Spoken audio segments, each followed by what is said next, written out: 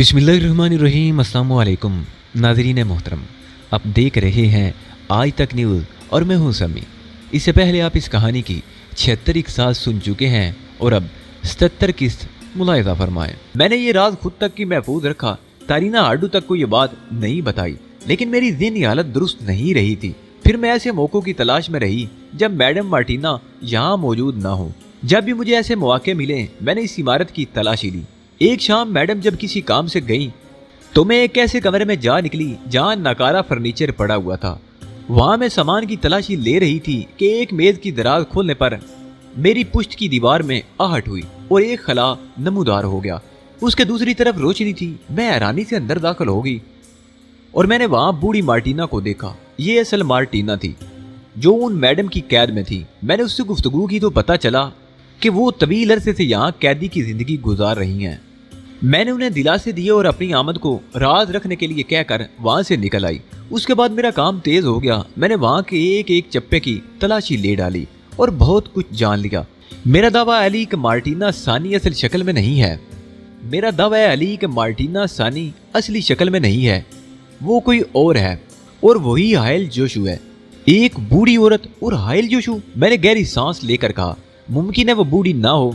तुमने तो सारा खेल ही बदल दिया तहजीब, लेकिन तुम्हें इन हालात से आगाह करना मेरा फर्ज था। फर्ज? मैंने मुस्कुराते हुए कहा, क्यों नहीं? तहजीब ने महबूबाना अंदाज में कहा, जरा सी वजाहत करो। मैंने शरारत अमेज लहजे में पूछा। शरीके जिंदगी को आधी जिंदगी कहते हैं और मैं आधी जिंदगी बदतरीन नहीं गुजारना चाहती। हर हालत में तुम्हारा आधा बोझ बांट लूंगी, तहजीब ने जज्बाती लहजे में कहा। मैंने उन अल्फाज से एक खुशगवार तासर लिया था। काश मैं इन अल्फाज के जवाब में इनके हमवदन कुछ अल्फाज कह सकता, लेकिन यूं समझ लो तहजीब कि तुमने एक सरकश घोड़े को राम कर लिया है। तहजीब, अब मेरी जिंदगी के दो रास्ते हो गए हैं। मैंने अपना मुस्तकबिल एक मकसद के लिए वक्फ कर दिया था और इसके अलावा अपनी ज़ात में कोई और तब्दीली नहीं चाहता था, लेकिन अब सूरत हाल मुख्तलिफ हो गई है। शुक्रिया अली, मैं भी पहले न जाने क्या थी, लेकिन अब ये सब कुछ करते हुए मुझे यूं लग जैसे मैं तुम्हारा घर संवार रही हूँ, तुम्हारे काम कर रही हूँ, और ये करते हुए मुझे बहुत खुशी होती है। तहजीब, मैंने इस सिलसिले में काफ़ी काम किया है। मेरा ख्याल है मैं इस सिलसिले में अमल की आखिरी मंजिल में हूँ। मुझे कुछ बताओगे? हाँ, क्यों नहीं, मैंने कहा और फिर मैंने तहजीब को पूरी दास्तान सुना दी। तहजीब हैरत और दिलचस्पी से सब कुछ सुन रही थी। फिर उसने कहा, तो अब क्या प्रोग्राम है? कुछ वक्त लगेगा फैसला करने में। तुमने तारीना हाडू को पैगाम तो दे दिया है? हाँ, जाहिर है अब उन लोगों का इंतजार किया जाएगा और वो आएंगे। उसके बाद ये लोग आबदोज की डिलीवरी दे देंगे। बस वहीं से मेरा काम शुरू होगा और तारीना को इस सिलसिले में हमारी मदद करना होगी।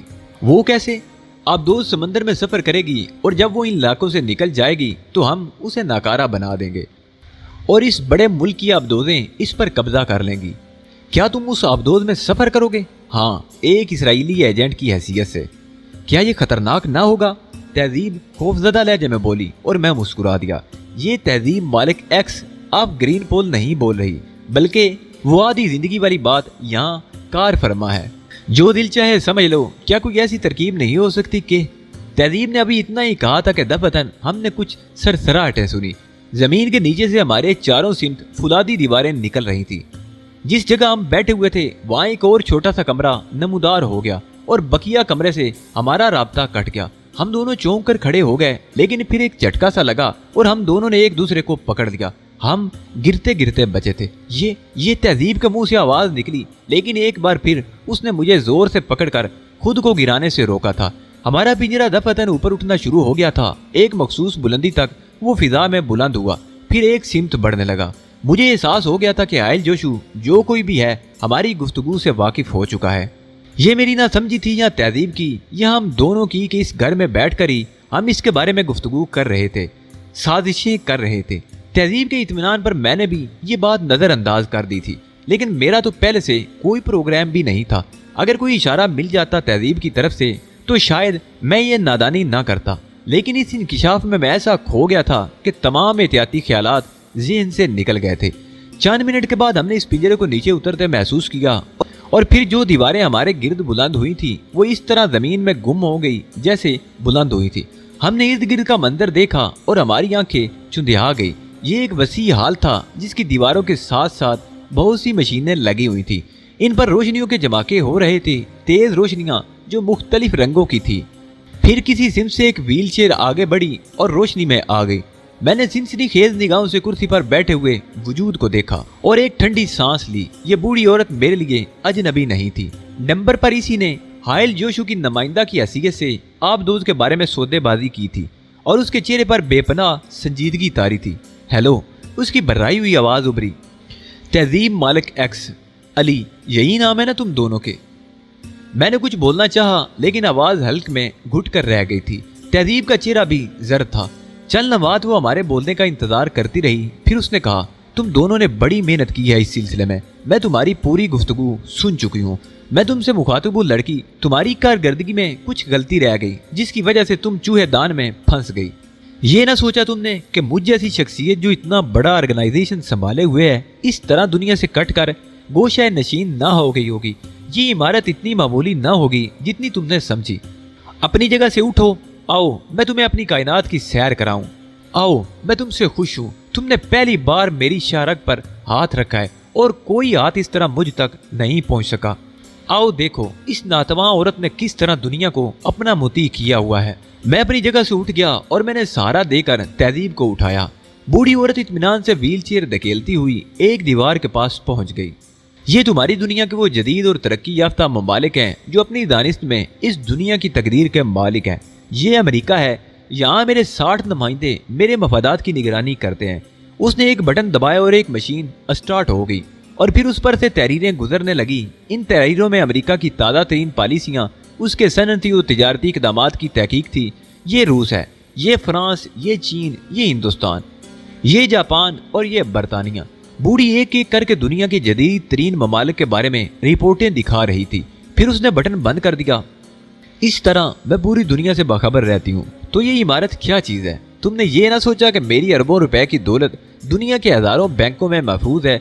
अगर तुम यकीन करो तो मैं तुम्हें बताऊं कि इस वक्त मैं अपनी दौलत के बल पर एक नया मुल्क बसा सकती हूँ, एक नई दुनिया आबाद कर सकती हूँ और ये मेरा मंसूबा है। मैं दुनिया के नक्शे पर बहुत जल्द एक नया और ताकतवर मुल्क उभारूंगी। ज्यादा वक्त नहीं लगेगा, इसमें इब्तदाई इंतजामात हो रहे हैं। मेरे नुमाइंदे मसरूफ अमल है और जब ये मुल्क मंजर आम पर आएगा तो चंद मुल्कों की इजारादारी खत्म हो जाएगी। मैं एक दुनिया की तैयारियां कर रही हूँ और तुम अकील से लोग मेरे खिलाफ साजिशें कर रहे हो। क्या ये मुमकिन है? हमें आपकी अजमत का एहसास न था मादाम, मैंने शर्मिंदा लहजे में कहा। तहरीब चौंक कर मुझे देखने लगी थी। मगर ये मंसूबा आपके जहन में कैसे आया? आपने ये क्यों सोचा? मैंने सवाल किया। सुनोगे उसके बारे में? बैठ जाओ, मैं तुम्हें अपने बारे में सब कुछ बताऊंगी। तवील अरसे के बाद कोई ऐसा मिला है जिसने मुझ तक पहुंचने की जुर्रत की है, उसने कहा और मैं बड़ी सादत मंदी से कुर्सी की तरफ बढ़ गया। तहजीब ने भी मेरी तकलीद की थी। मट्टी और पानी की तख्लीक में अगर कुछ खसूसियतें यकसा ना होती तो निज़ाम कायनात में बड़ी पेचीदगियां पैदा हो जाती। कोई एक दूसरे को समझने का दावा ना कर सकता, हर सोच में इख्तलाफ होता, फितरतें एक दूसरे पर अयान ना होती, तासरात के रंग मुख्तलिफ होते, तकरीबी और तामीरी मिजाजों का अंदाज ना हो पाता और बुराइयों का सद्देबाब ना किया जा सकता। इंसान इंसानों की तख्लीक नहीं और दस्ते कुदरत के किसी फेल में सकम नहीं। इसलिए नमरूद, शद्दाद, कारून और फिरौन की दास्तानें इबरतनाक हुई हैं और रहती दुनिया तक रहेंगी। बूढ़ी औरत जिसका हाइल जोशू होना साबित हो चुका था, इस वक्त एक ऐसी ही इंसानी कमजोरी का शिकार थी। वो अपनी बेपनाह ताकत के एहसास से सरशार थी। उसकी जिंदगी में सिर्फ कामयाबियां ही थी। ताकतवर उसके सामने फना होते रहे थे और वो इस फना के खेल से उकताई हुई थी। पानी से गुंदी हुई मिट्टी के वजूद में खुद नुमाई का जज्बा पैदा हुआ था। अपना मुखातिब पाकर उसूलन उसे यही चाहिए था कि हमें कत्ल कर दे, लेकिन बर्तरी के इजहार की शदीद ख्वाहिश उसके ज़हन पर गालिब आ चुकी थी। उसके बूढ़े चेहरे पर तकब्बुर की करख्तगी नुमायां थी, आंखों से हकारत का इजहार हो रहा था और उसकी अना की तस्कीन इसी तरह मुमकिन थी। लेकिन यह अहमक नहीं जानती थी कि उसे रोका गया है खेल बदलने के लिए, और रोकने वाली कुव्वत वही है जो शद्दाद को उसकी जन्नत में दाखिल होने से रोक देती है। हम दोनों कुर्सियों पर बैठे उसे देख रहे थे। मेरे बदले हुए लहजे से तहजीब ने अंदाजा लगा लिया था कि मैं बूढ़ी को कोई चकमा देना चाहता हूँ।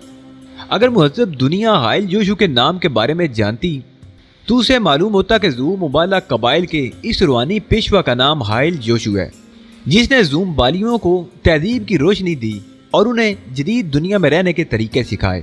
अफ्रीका के शिमाल में यह वाहिद कबीला था जिसका कोई जवान मुहज्जब दुनिया में غلاموں کی حیثیت سے نہیں لایا گیا۔ پرتگالیوں کے جہاز اپنی وحشیانہ طاقت کے ساتھ زمبالا کی ساحلوں پر لنگر انداز ہوتے تھے، لیکن ان میں سے کوئی زمبالا سے واپس نہیں جا سکا۔ انہوں نے اسی کام کے بدلے زندگی پائی کہ وہ زمبالا کے جوانوں کو جدید دنیا کے تقاضوں کے مطابق تربیت دیں، انہیں وہاں کے تمام طور طریقوں سے روشناس کرائیں گے، پھر یہ لوگ اسی زمین پر فنا ہو جاتے۔ زمبالی جوان ان سے تہذیب کی روشنی لے کر انہی کی جہازوں پر مہذب دنیا میں آتے اور وہاں اپنی جگہ بناتے، اور یہ سب حائل جوشو کی کاوشیں تھی۔ ہر زمبالی اس نام کو متبرک سمجھتا ہے اور آج تک اس کی عظمت کا اعتراف کرتا ہے۔ میرا شوہر ولیم وائی کانٹ بھی زمبالی تھا اور صدیوں پرانے اس نام کا اسی طرح احترام کرتا تھا جس طرح دوسرے زمبالی کرتے تھے۔ چنانچہ میں نے اپنے مقدس مشن کے لیے یہی نام منتخب کیا۔ بوڑھی نے بتایا، آپ کے شوہر مسٹر ولیم وائی کانٹ؟ میں نے سوال کیا تو بوڑھی نے ہاتھ اٹھا کر مجھے روک دیا۔ صرف مجھے بولنے دو،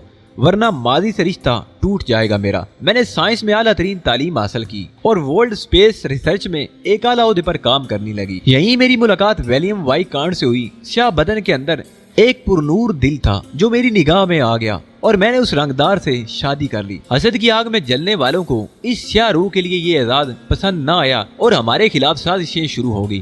ہم دونوں ہوائی کے خوبصورت علاقے میں رہتے تھے۔ ولیم ایک ذہین سائنسدان تھا اور ترقی کے راستے ہمارے سامنے کھلے پڑے تھے۔ ولیم کو کئی ملکوں کے متفقہ فیصلے کے تحت جیورل اسپیس سوسائٹی کا چیئرمین بنا دیا گیا اور اس اعزاز کے لیے اسے دعوت دی گئی۔ میں کیتھی اوبران، جو شادی کے بعد کیتھن وائی کانٹ کہلاتی تھی، اس کے ساتھ ہی روانہ ہوئی۔ اسپیس سوسائٹی کے ارکان نے اس دعوت کی آڑ میں ایک سازش تیار کی تھی۔ سوسائٹی کا فیصلہ اپنی جگہ تھا اور وائی کانٹ اس اعزاز کا جائز طور پر مستحق تھا، لیکن حسد پسند اس کو برداشت نہیں کر پائے اور ہم دونوں کو اغوا کر لیا گیا۔ دل جلوں کے ارادے ولیم کے لیے بہت ہی خوفناک قسم کے تھے۔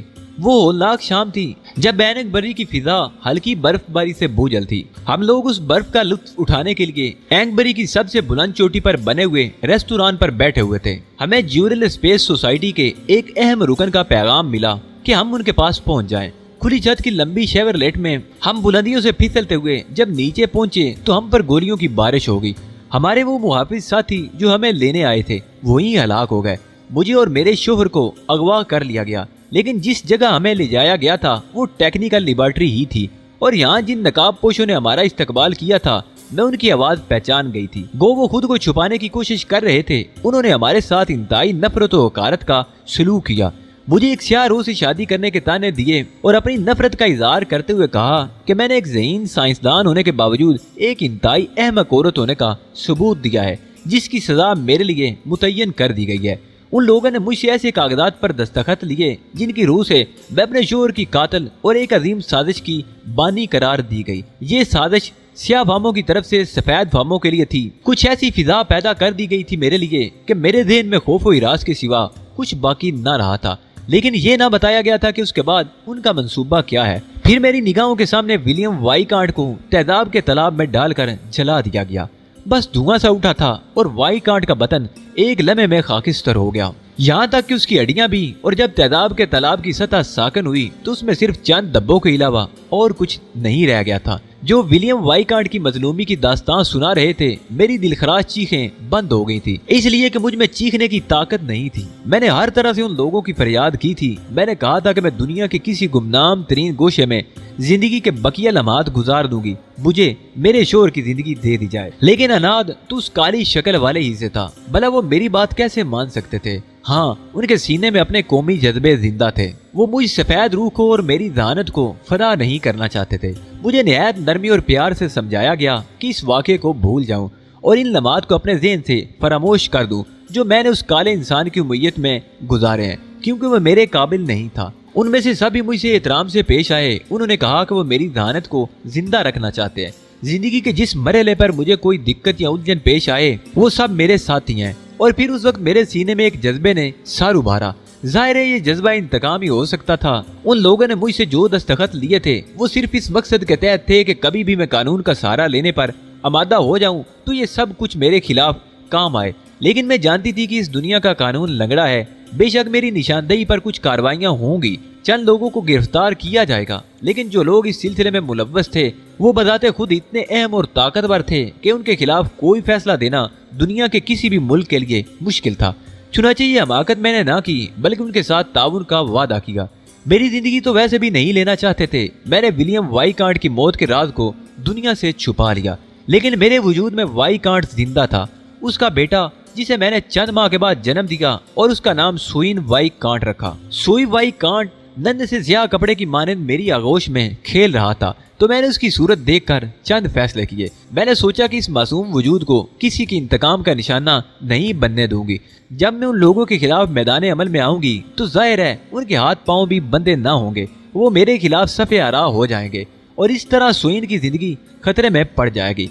चुनाचे मैंने विलियम की रूह से माजरत की और कहा कि मुझे मजीद कुछ अरसे की मोहलत दी जाए ताकि मैं उसकी परवरिश पर तवज्जो दे सकूं। मेरे लिए सुइन विलियम की दूसरी शक्ल था। 13 साल मैंने इंतकाम की आग में झुलसते हुए काटे और सुइन की तालीम और तरबियत पर अपनी तमाम तर तवज्जो सर्फ कर दी, लेकिन उसके साथ साथ ही मैंने उन लोगों को भी मायूस नहीं किया था जो ज्यूरल स्पेस सोसाइटी के रुकन की हैसियत से मेरी सलाहियतें मानते थे। उन लोगों से अलहदा रहना मैंने यूं भी मुनासिब ना समझा कि इस तरह ये मेरी निगाहों से दूर हो जाते और मैं उन्हें दोबारा तलाश करने के लिए खासी उलझनों का शिकार हो जाती। लेकिन सुइन वाइकांट का 13वां साल उसकी जिंदगी का आखिरी साल साबित हुआ और उसका कसूर ये था कि उसकी शक्ल में विलियम जिंदा था। सुइन एक आला किस्म के स्कूल में तालीम हासिल कर रहा था। हमारी जिंदगी फिर एक मामूल पर आ गई थी, लेकिन वो लोग मुतमईन नहीं थे जिन्हें विलियम से दिली नफरत थी।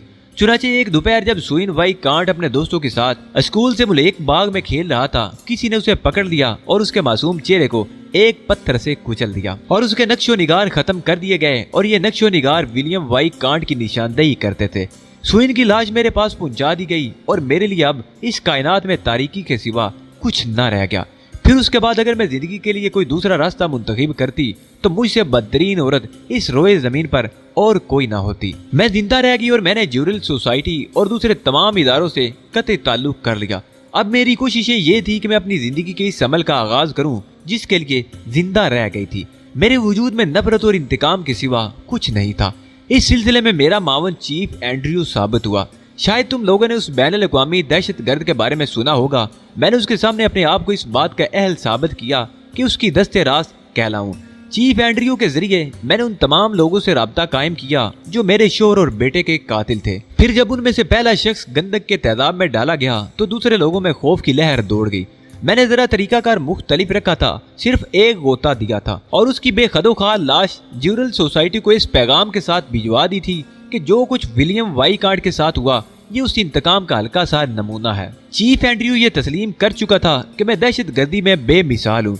दुनिया में यूं तो मेरे लाखों शनासा थे, कुछ ऐसे थे जिनसे मुझे कभी प्यार था, लेकिन मेरी जिंदगी का वाहिद मालिक, मेरी तवज्जो का वाहिद मरकज मेरा शोहर था और उसके बाद उसका नेमुल बदल यानी मेरा बेटा। जब ये दोनों इस कायनात में ना रहे तो मैंने दुनिया के हर इंसान से कतई ताल्लुक कर लिया। मेरे वजूद में नई नई तकरीबी सलाहियतें पैदा होती रहीं और मैं सोचती रही कि इस दुनिया को एक बदतरीन अज़ियत गाह कैसे बनाया जा सकता है। मेरे दिल में हर लम्हा एक नई तकरीबी ख्वाहिश जन्म लेती थी। दिमाग में उस मंसूबे की तश्कील होती थी और फिर वो मंजर आम पर आ जाता था। इसी सिलसिले की एक कड़ी हायल जोशु का नाम भी था, जो मेरे लिए अपने शोहर के हवाले से अकीदत का बायस था। मैंने उस मुकद्दस नाम को अपना लिया और उस नए नाम को अपनाने के बाद मैंने सबसे पहला काम यही किया कि चीफ एंड्रयू को फना के घाट उतार दिया, क्योंकि ये शख्स मेरा हम पल्ला साबित हो रहा था, मगर मैं अपने आप को सबसे बरतर देखना चाहती थी। चुनांचे ये बरतरी मेरे कदमों में आ गई। मिस्टर अली और मिस तहजीब, मैंने मुख्तलिफ रूप अपनाए और एक मखसूस तरीका कार मैंने अपने लिए मुतय्यन कर लिया। मैं हमेशा एक ऐसे रूप में रहती थी जो दुनिया से कटा हुआ था, जिसके बारे में लोगों के ज़हनों में कोई तजस्सुस ना हो। दुनियावी दिलचस्पियों से मुझे कोई गरज नहीं थी। मैंने किसी से भी ऐसी वाबस्तगी नहीं रखी जो दूसरों को मेरी तरफ मुतवज्जो करे। वाबस्तगी मुझे सिर्फ उन दो ही इंसानों से थी जो इस दुनिया में नहीं रहे थे, और मेरा दिल ये चाहता था कि जब वो दोनों इस दुनिया में नहीं है तो कोई भी यहाँ ना रहे। लेकिन मैं जानती थी कि ये मेरे बस में नहीं। आहिस्ता आहिस्ता मेरे ये जख्म बंदे बंद होने लगे, लेकिन मेरे वजूद में जो वहशत उभर आई थी वो नए नए रास्ते चाहती थी।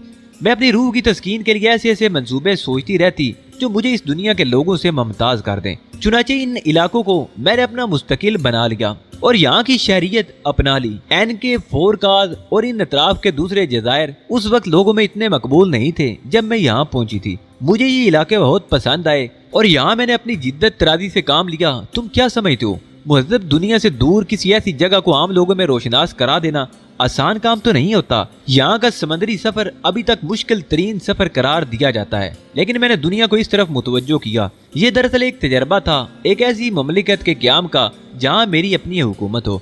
हुकूमत कायम करके मैं ज़ाती तौर पर दुनियावी फायदे की ख्वाहिशमंद नहीं हूँ, बल्कि एक ऐसा मुल्क वजूद में लाना चाहती हूँ जहाँ ताकतवर लोग मौजूद हों।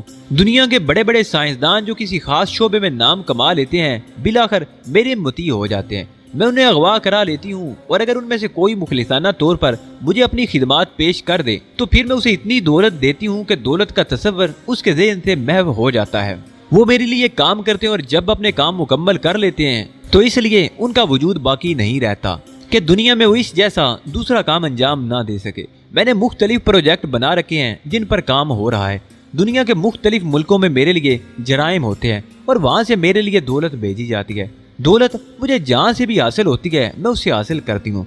अपने इस मुल्क की तामीर के लिए जिसका नाम सोइन होगा। वो चंद में खामोश रही, फिर बोली, हाँ मेरे इस बसाए हुए मुल्क का नाम सोइन होगा, और उसकी शक्ल में मुझे अपना बेटा नजर आएगा। समझे, मैं इस मुल्क में दुनिया के ऐसे लोगों को मुंतखब करके रखूंगी जो ज़हनी तौर पर सबसे ज्यादा ताकतवर हों।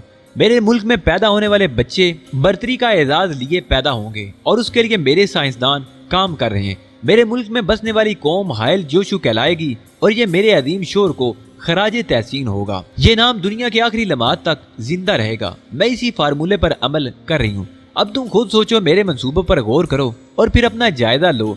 क्या तुम अपनी इस छोटी सी शख्सियत से मेरे वजूद को फना कर सकते हो? जवाब दो। मैं तो सूरज हूँ जिस तक पहुँचने का तसव्वुर अभी तक ज़हनों पर नहीं आ सका, या फिर लोगों ने सोचा तो ये कहकर अपने आप को बांध रखा कि उसकी तमादत खाकस्तर कर देगी। ये है हायल जोशु। मेरे बच्चों, तुम किस तरह मुझ तक पहुँच सकते हो? वो खामोश होकर मुस्कुराने लगी। हम दोनों हैरत के समंदर में गोताजन थे। एक अनोखी शख्सियत हमारे सामने थी। इसमें कोई शक नहीं था कि हम उसके सामने बेहकीकत थे, और यह भी दुरुस्त था कि कैथरीन वाई कांट अपने इंतकामी जज्बे में हक्के बजानिब थी। किसी इंसान को इस हद तक मजबूर किया जाए कि इंसानियत का तसव्वुर ही उसके ज़हन से फना हो जाए, तो फिर उससे हर बात की तवक्को रखी जा सकती थी।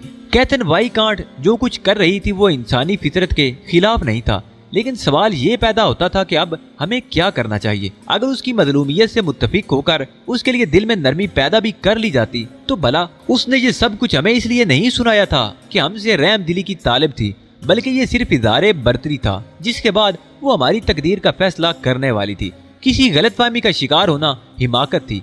हायल जोशु या मौजूदा अल्फाज में कैथरीन वाई कांट इसलिए हमें अपनी कहानी सुना नहीं रही थी कि हम उसे मंजर आम पर लाकर दुनिया से उसकी मजलूमियत का एतराफ कराएं, बल्कि उसे यकीन था कि ये कहानी अब हमारे साथ ही दफन हो जाएगी। मैंने तहजीब मालिक एक्स की तरफ देखा और मुझे एक अजीब सा एहसास हुआ। तहजीब मुतरद्दिद नहीं थी। मुझसे निगाहें मिली भी तो उसने किसी तासर का इजहार न किया, बल्कि सादा और सपाट सी निगाहों से मुझे देखती रही। मैंने भी यह महसूस किया कि जब हम दोनों ने एक दूसरे को देखा तो कैथी वाई कांट की निगाहें हमारे चेहरों पर मरकूज थी। चंद लम्हात के बाद उसने गहरी सांस लेकर कहा, तो दोस्तों ये थी मेरी कहानी, और उसके बाद मैं कुछ सवालात तुम दोनों से करूंगी। हम हाजिर हैं, मैंने किसी कदर कमजोर लहजे में कहा। हायल जोशु के बारे में जानने के बाद तुम्हारे दिल में उसके लिए क्या जज्बात हैं? इसका इजहार बेकार है मैडम वाई कांट, क्योंकि हम इस वक्त मगलूब पोजीशन में हैं। अगर हम आपसे हमदर्दी का इजहार करेंगे तो आपके ज़हन में इसके अलावा और कोई ख्याल पैदा नहीं हो सकता कि हम आपसे किसी रियायत के तालिब हैं। चुनाचे जो एहसास हमारे दिलों में आपकी इस कहानी को सुनकर पैदा हुआ है उसे हमारे ज़हन में ही रहना दीजिए। हाँ, ये हकीकत है और आपको भी इसका इल्म है कि हम दोनों इस मुल्क से मुतल्लिक नहीं हैं जिसके मकसद की तकमील के लिए यहाँ तक पहुँचे हैं। हम सिर्फ मुआवजे पर काम करने वालों में से हैं। मैं जानती हूँ तुम्हारा क्या ख्याल है। क्या मैं इस बात से नावाकिफ हूँ? क्या मुझे इसका इल्म नहीं अली कि तुम यहाँ की एक खतरनाक शख्सियत को, जो बारहा खुद को मेरे मुकाबले पर लाने की कोशिश करके नाकाम रह चुकी है, नुकसान पहुँचाकर मुझ तक आए हो? मैं जानती हूँ कि कोई भी शख्स जो इतने बड़े काम की तकमील के लिए निकलता है अहमक नहीं होता। तुम भी अहमक नहीं हो, और यकीनन इस कहानी को जानने के बाद अगर तुम्हें मौका मिला तो तुम मेरे खिलाफ कुछ न कुछ करने की कोशिश जरूर करोगे। मैं अपनी मौजूदा शख्सियत से मुतमिन हूँ। दिलचस्प बात यह है कि उस मुल्क ने जिसने तुम्हें यहाँ एक खास मकसद के लिए रवाना किया है, मार्टिना को भी यहाँ भेजा था। और सच बात यह है कि मैं उसकी असल शख्सियत से वाकिफ नहीं थी, और ना ही मैं तारीना हार्डू को जानती थी। मैंने मार्टिना की शख्सियत को पसंद इसलिए किया कि इस हंगामा खेज जिंदगी में वो एक पुरसुकून औरत की मानंद जिंदगी बसर कर रही थी, और कोई भी इसकी तरफ मुतवज्जो नहीं था। मैंने उसकी इस कामयाब शख्सियत को अपना लिया। अब दिलचस्प बात यह है कि तुम लोग भी اس سے متعلق نکلے۔ تمہارا خیال بالکل درست ہے علی، میں نے اپنی یہ کہانی تمہیں اس لیے نہیں سنائی کہ تمہیں اپنے ساتھ شامل ہونے کی دعوت دوں، اور تم یہ بھی سمجھ لو کہ کوئی شخص یہ نہیں جانتا کہ اس وقت میں مارٹینا کے روپ میں یہاں موجود ہوں، اور یہ بھی کوئی نہیں جانتا کہ حائل جوشو کی اصل شخصیت کیا ہے۔ ایک بھی فرد ایسا نہیں ملے گا تمہیں جو میری کہانی سے واقف ہو۔ سو پھر یہ کیسے ممکن ہو سکتا ہے میرے بچوں کہ تم لوگ میری کہانی جاننے کے بعد زندہ رہو؟ سوال ہی پیدا نہیں ہوتا۔ میں اگر چاہوں تو تمہیں اپنے آدمیوں میں شامل کر کے تمہاری زندگی بخش سکتی ہوں، صرف اس تصور کے تحت کہ تم میری کہانی سے غم زدہ ہو۔ لیکن حماقت کا وہ دور 30 سال پہلے کا تھا۔ ان 30 سالوں میں حالات کی بٹی میں اتنی تپ چکی ہوں کہ اب اگر کوئی بھی میرے وجود میں جان کر دیکھے تو میں صرف بھڑکتی ہوئی آگ ہی نظر آؤں گی۔ نہ میرے سینے میں انسان کا دل ہے، نہ میرے وجود میں انسانیت کی کوئی رمق۔ تم نے مجھے پایا، میں نے تمہیں اپنے بارے میں بتا دیا، اور اس کے بعد تمہارے لیے صرف موت ہے۔ مجھے معاف کرنا، دنیا نے جو کچھ مجھے دیا ہے وہی میں دنیا کو دے سکتی ہوں۔ کسی کی ذات کی انفرادیت اب میرے لیے ایک ناممکن عمل بن گئی ہے۔ ہاں، یہ دوسری بات ہے کہ اگر تم مجھ سے کچھ وقت مانگنا چاہو زندہ رہنے کے لیے تو میں اس پر غور کر سکتی ہوں۔ مثلاً 1 ماہ، اگر تم دونوں ایک دوسرے کو چاہتے ہو اور تمہارے دل میں یہ خواہش ہے کہ کاش تم دنیا کے ہنگاموں سے ہٹ کر کچھ وقت ایک دوسرے کی معیت میں گزار دو، تو میں یہ موقع مہیا کر سکتی ہوں۔ اس میں میرے جذبات کو کوئی دخل نہیں ہوگا، بلکہ یہ صرف ایک رعایت ہوگی جو میں تمہیں نہ جانے کیوں دینا پسند کروں گی۔ اس سلسلے میں مجھ سے کوئی سوال مت کرنا، بولو کیا چاہتے ہو؟ کچھ نہیں میڈم، ہم آپ سے کوئی رعایت نہیں طلب کر سکتے، اور ہم لمحاتی کھیل کے قائل بھی نہیں۔ یا تو فتح مند ہو کر یہاں سے جاتے ہیں، یا پھر اگر موت مقدر ہے تو پھر موت ہی صحیح۔ ہم اس تہذیب اگر اپنے بارے میں کسی تبدیلی کی خواہاں ہیں تو اس مرحلے پر ہر انسان کو اپنے طور پر فیصلہ کرنے کا حق حاصل ہے۔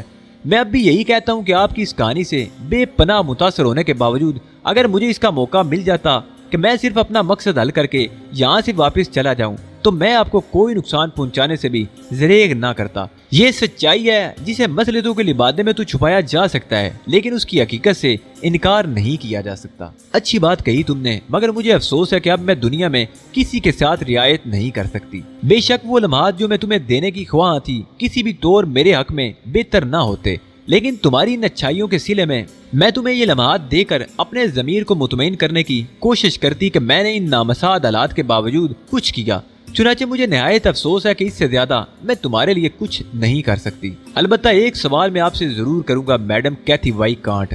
نہیں پلیز، مجھے حائل جوشو کہو، صرف حائل جوشو۔ ٹھیک ہے حائل جوشو، تم نے ہمارے قتل کے لیے کیا طریقہ کار سوچا ہے؟ ہم کوئی ایسی موت چاہتے ہیں جو ہماری آپس کی برابر ثابت ہو۔ ہم دونوں میں سے کوئی بھی یہ پسند نہیں کرے گا کہ کسی ایک کی موت ایک لمحہ بھی پہلے ہو۔ خوب، میرے پاس ایسا انتظام موجود ہے۔ میں تم دونوں کو الیکٹرک چیمبر میں بھیج دوں گی، وہاں تم چند لمحے تنہا بھی گزار سکو گے، اور پھر میں ایک بٹن پر انگلی رکھوں گی اور مخصوص قسم کی شعائیں تمہارے دلوں کی حرکت بند کر دیں گی۔ صرف ایک لمحے میں، یا یوں سمجھ لو پلک جھپکنے سے قبل، تم دونوں موت کی آغوش میں چلے جاؤ گے۔ لیکن مسٹر علی نے کہا ہے میڈم کہ میں اگر چاہوں تو آپ کی اس رعایت سے فائدہ اٹھا سکتی ہوں۔ میرے ذہن میں یہ خواہش ابھرتی ہے کہ میں چند روز کی مزید زندگی پالوں۔ تہذیب نے کہا اگر تمہارے ساتھی کو اس پر کوئی اعتراض نہیں تو میں جو وعدہ کر چکی ہوں اسے پورا کروں گی، لیکن یوں لگتا ہے جیسے تمہارا ذہن کوئی منصوبہ سوچ رہا ہے۔ بولی لڑکی، یوں سمجھ لو کہ اس مکان میں، اس مختصر سی جگہ میں صرف وہ ہوتا ہے جو میں چاہتی ہوں۔ کسی بھی طور تم اپنی مرضی سے کچھ نہیں کر سکتی۔ بدقسمتی یہ ہے حائل جوشو کہ میں احمق نہیں ہوں۔ آپ شاید اس بات پر یقین نہ کریں کہ میں اصل میڈم مارٹینا کو تہ خانے میں تلاش کر چکی ہوں، اور مجھے آپ کے بارے میں یہ حقیقت بہت پہلے معلوم ہو چکی تھی۔ میں سن چکی ہوں، اور اس بات پر میں نے تمہاری ذہانت کو دل میں سراہا بھی تھا۔ یقیناً یہ جوڑا جو میرے سامنے موجود ہے ان بے شمار افراد پر فوقیت لے چکا ہے جو میرے دشمن تھے اور میرے راستے میں آنے کی کوشش کرتے رہے، لیکن اس میں ناکام رہے۔ شکریہ حائل جوشو، لیکن آپ نے یہ نہیں سوچا کہ اس کے باوجود میں آپ سے مسلسل رابطہ قائم کیے رہی، اور کئی بار آپ کے ذریعے تارینا ہاڈو سے بھی رابطہ قائم کیا۔ کم از کم اس حد تک مجھے امید نہیں تھی کہ آپ حائل جوشو نکلیں گی، لیکن اتنا جانتی تھی کہ حائل جوشو سے آپ کا کوئی گہرا تعلق ہے اور آپ تارینا ہاڈو کے ملک کو دھوکہ دے رہی ہیں۔ وہ لوگ آپ کی طرف سے غلط فہمیوں کا شکار ہیں۔ اس صورتحال کے باوجود بھی کہ اگر میں آپ سے اس سلسلے میں کام لیتی رہوں تو اس کا مطلب یہ تھا کہ میں اپنے طور پر آپ سے محفوظ رہنے کا بندوبست بھی کرتی رہی ہوں، اور میں نے صرف اتنا پروگرام آپ کے ذریعے مکمل کیا ہے جو آپ کے علاوہ کسی اور کے ذریعے مکمل نہیں کیا جا سکتا۔ کسی ایسے ہی وقت کے لیے میں ہمیشہ تیار رہی ہوں۔ بہت مختصر سے عرصے میں نے یہ تیاریاں کر لی تھی۔ बात इंसानी कुव्वत की है हाइल जोशु, और आपने कम अज कम ये नहीं कहा कि आप इंसानी कुव्वतों से बरतर कोई चीज है। क्या मतलब तुम्हारा? बहुत मामूली सी बात है, ये देखिए। दफातन तहजीब ने हाथ उठाया। मेरी निगाहें भी तहजीब की जानिब उठ गई थी। तहजीब के हाथ में एक नन्हा सा तकरीबन 1.5 इंच साइज का चौकोर बक्स था, जिस पर सिर्फ एक सफेद बटन लगा हुआ था। गालबन ये रिमोट कंट्रोल टाइप की कोई चीज थी। तहजीब ने एक लम्हा जाया किए बगैर वो बटन दबा दिया और दफातन कैथी वाइन कांट के हल्क से एक दिलखराश चीख निकल गई। उसने बेइख्तियार उठने की कोशिश की, लेकिन उसके बदन में शायद इतनी ताकत नहीं रही थी। एक सफेद सा शोला चमका और कैथन वाई कांट बेजान हो गई। उसका चेहरा सफेद हो गया था। बदन के जितने खुले हुए हिस्से थे वो सब के सब सफेद हो गए थे, लेकिन लिबास महफूज था। लिबास पर आंच तक ना आई थी। ये सफेदी मेरी समझ से बाहर थी, लेकिन कैथी वाई कांट की आंखों में अब जिंदगी की चमक नहीं नजर आ रही थी। उसके खदोखाल जूं के तू थे, खुली हुई आंखें मेरी जानिब निगरान थी, लेकिन उसकी नीली पुतलियां जल चुकी थी। सफेदी अलबत्ता जूं की तू बरकरार थी और पुतलियां जलने के बाद पूरी आंखों के डेले सफेद नजर आ रहे थे, जिससे उसकी शक्ल बेहद हैबतनाक हो गई थी। तहजीब मालिक एक्स ने चौकोर आला अपने लिबास में रखा और कुर्सी से उठ खड़ी हुई। अली, ये खत्म हो चुकी है, वो बोली। मेरे तो बदन में जान ही ना रही थी। कुछ समझ में नहीं आ रहा था कि अचानक क्या हुआ, कैसे हुआ।